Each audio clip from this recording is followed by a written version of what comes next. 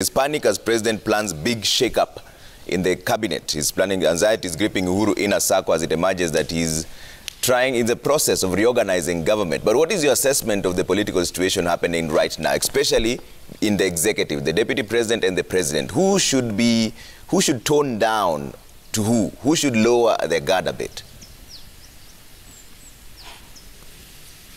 First of all, let me greet all the participants and all the viewers in Kenya and outside Kenya. To tell you that I've been following keenly the discussion going on this morning. And to tell you, first of all, let me start by saying there is nothing accident that happens in this world. My colleague there was talking about accident, these two people accidentally became leaders. No. God destines and plans all the events in this world. So let's whenever something happens, let's appreciate and make good use of it. And so even when we are preparing to move forward in this year, we should not spend a lot of our energy trying to discuss even personalities and so on. Can we examine what agenda they have that they may want to give to the people, so that we may be able to look at it? Because the moment you concentrate on human beings, you may be touching some, you know, there's some followers, in Swahili they say, followers sugu, who even can harm themselves when you discuss the preferred persons. So I would prefer that we, as Kenyans, discuss the agenda somebody may have to offer, so that we may be able to interrogate and examine what will be on offer. Will the candidate be able to fulfill what they have put on the table? And has he or she done anything before anyway? So that we just don't allow anybody to just present their candidate just because they think they are able, or they think it's time for them to do anything. When they were young, what did they do? In their youth, what did they do? In their work life and up to now, as Kenyans been able to be proud of what they have done in the small capacities wherever they were. So I am following the discussion keenly, and I also want to say that as we do, let's focus our discussion on mainly on the agenda that somebody may want to provide and put on the table for Kenyans to look. But Governor, even as you say that, is this then the right time to shake up cabinet with just less than a year to go? It is right. All the time is right for somebody in authority. Even me, I'm going to do my shake-up anytime. If you think there is something somebody can add value to, why not? One day in leadership is enough, because that person you may be introducing may have a brilliant idea, and an idea that may become an objective that may be useful to the people or to the country at that time. So it is not too late for anything to be done. And whenever shake-ups are done, they are not done maliciously. No, they are done in order to add value to the system or to the agenda that you may be having. So to me, even the president, his shake-up is long overdue. Let him do it today, so that we can be able to see. And I don't think he's doing it to punish some people for not listening to him. He may, the way I'm thinking and the way I know, he's doing it to add value to the agenda he has done so far, so that by the time he's finishing, he is going to finish with a grand finish where Kenya will celebrate him. Okay. Omari, you wanted to jump in? Yes, the two Waheshimiwas, one a governor and one a member of parliament from Baringo, have raised very serious issues. And I've been challenged to explain how that historical accident, is it likely to happen? Yeah. Now it is happening, but not a historical perspective.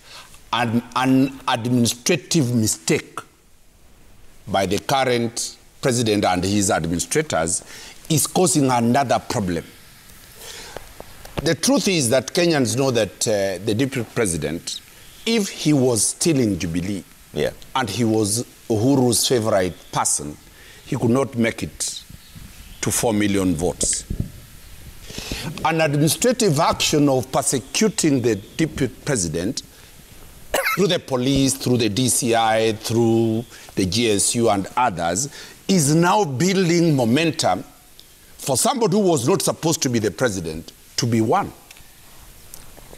That is what we are saying, that these accidentals are giving us people not fit to be leaders of this country. And that is why it fails. Because leadership is a marathon. Marathon, somebody who has the capacity like Kipchoge Keino to run for 5 years in control of government. The people we are giving power all through are people who are situational. President Uhuru Kenyatta was situational through the ICC. Deputy President William Ruto is situational on the frustrations allegedly being perpetuated by President Uhuru Kenyatta and his brother Raila Odinga. If he gets to the presidency, he's not getting to the presidency because that is the Kenyan people wanted. It is because of the circumstances surrounding. Baba has been a situational candidate all through because of detention, all through because of being beaten and all the others. Baba has been a situational candidate, and that situational candidate has made Baba very strong until another situation of a handshake has completely removed that mystery of Baba, and Baba now is struggling. So really, my appeal to Kenyans is this, that let us forget about these situational issues, somebody taking advantage at that particular opportunity for us to vote for him. Let us look at critical issues. Who really stands for the Kenyans? Because the problems of Kenyans are constant. Yeah. Jomo Kenyatta I in 1963 identified the question of health, illiteracy, unemployment as the key issues of Kenyans. They have never changed. So these things about GSU, these things about what, are situations that come and go.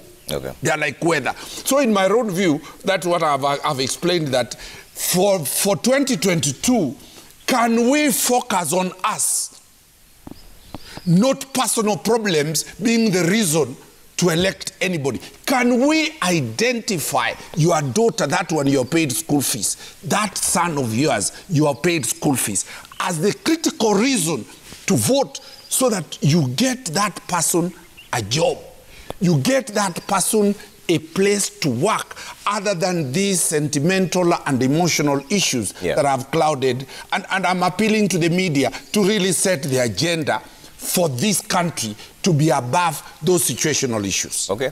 Cheruiyot refuses, and Elachi also has a comment to make on this. Yeah, go ahead. Well, let's start with Elachi. I think two things, and I agree with Kanso that there are some things we do and you keep somebody on a sympathy, becomes a victim of sympathy. Yeah. And so people feel, oh, and Kenyans, by the way, they take care of victims. I don't know why we don't understand. Kenyans don't like when you victimize people. Yeah. No, they don't like. And it's so, a sympathy vote. Yes. Oh, yeah. Oh, yeah. And they are very clear on that. But then at the same time, we have to appreciate Prime Minister Raila Odinga. That today, if he was not in this politics, imagine where Kenya would be.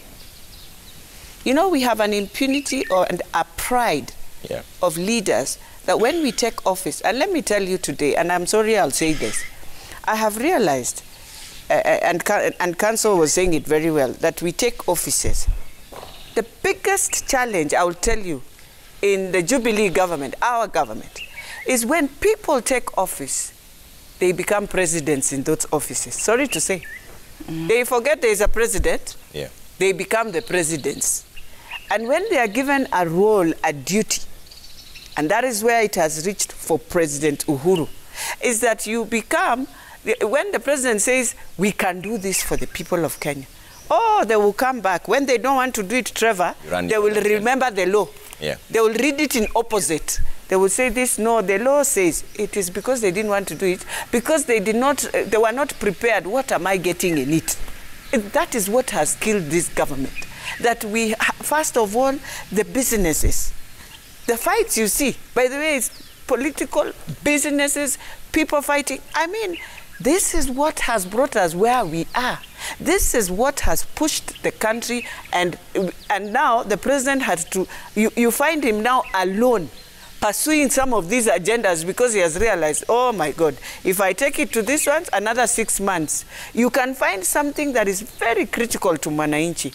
The president has said, trust me, it will stay 6, 7 months. It has not been done. Guys in offices just sit, do meetings and meetings and meetings. And that is why I'll support him. If he has to change, but bring people who now will go to the ground, who will listen to what people are crying, come back and tell you the truth. Okay. Why people are crying in Nyamakema is just one thing. Just remove them from the Credit Reference Bureau. You have blacklisted all of them. They can't go to a bank to get any money. Then you have another policy. Somebody just wakes up and tells the president, oh, these are counterfeits. But then they forget. There's another smart one. I won't say the name. So every goods that are docked in another region, every small businessman went and picked their goods. What will they say? That's the good guy. He has given us our goods. He didn't ban them. These ones of Nairobi, they call and you ban them. Yeah. And then, because of competition, somebody within your circle is the businessman. He wants the other ones to get, but you has to go. And when they go, when they start now crying and telling you the truth, it is too late. Okay. And those are the things that he has to face them candidly. Okay. That when you are told, go and do something, and it is for the masses, please read in the lines. Okay. Somebody is about to take advantage. A manufacturer is about to take advantage. He has paid a few money to move others so that his business thrives. Okay. Not in this time of COVID. I saw you shaking your head. Yes, actually, I must say I wasn't shaking my head negatively on him, but I was shaking my head agreeing the negative thing that happens normally within the media sector. It's unfortunate that I will say something that may not please you, but that is what it is. It is as a fourth state. The truth of the matter is, as he put, the council put, can media houses set the agenda for the country? Because we are seeing media fueling the differences. It is not a must that you have to come out show actually these funny things that happen within people. Can we bring out things that can unite? Where does that objectivity? Because you see, it is a must that we look for negativity. It's a must that we highlight negativity. Can we sometimes also try to put them under? So typical question, the DP's security is replaced. Should we ignore it?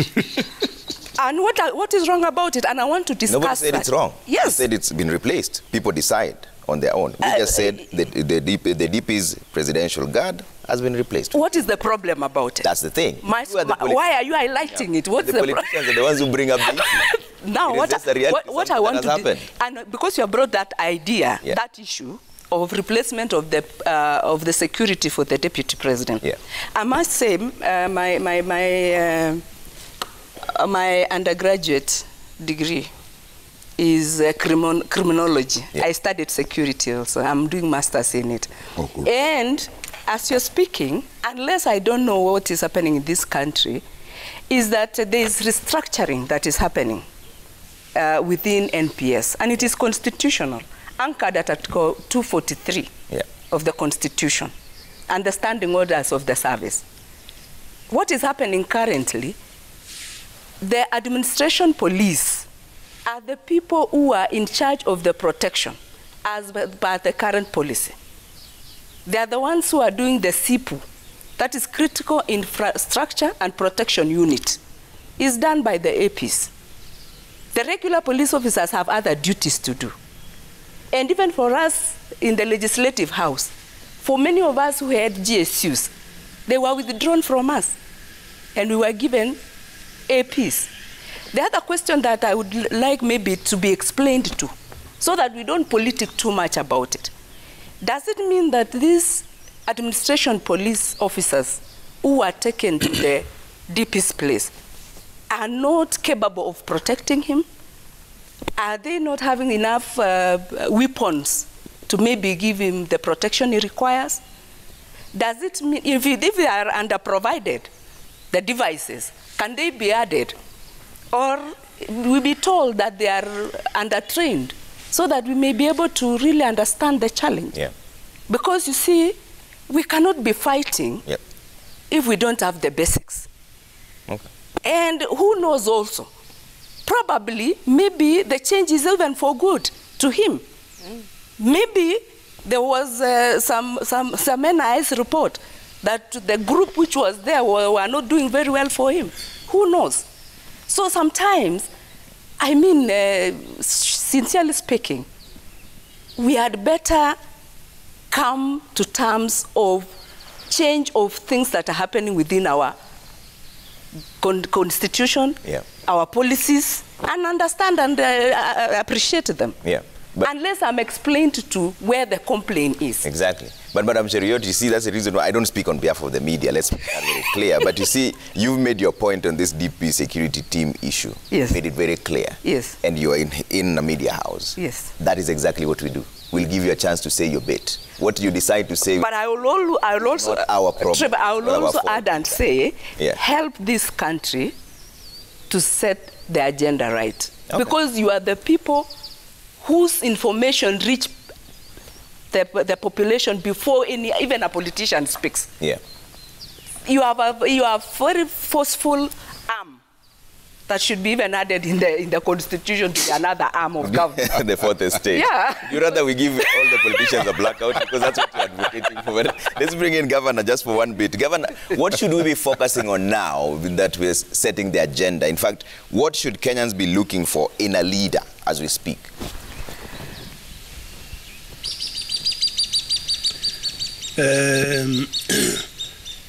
First of all, let me just touch on the idea where we may be imagining that we have some accidental leaders in place.